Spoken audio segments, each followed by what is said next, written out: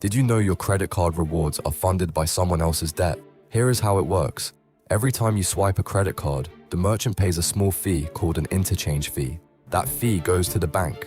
The bank then uses it to pay for your cashback, your airline miles, your airport lounge access. But interchange fees alone do not cover premium rewards, so banks fill the gap with interest payments.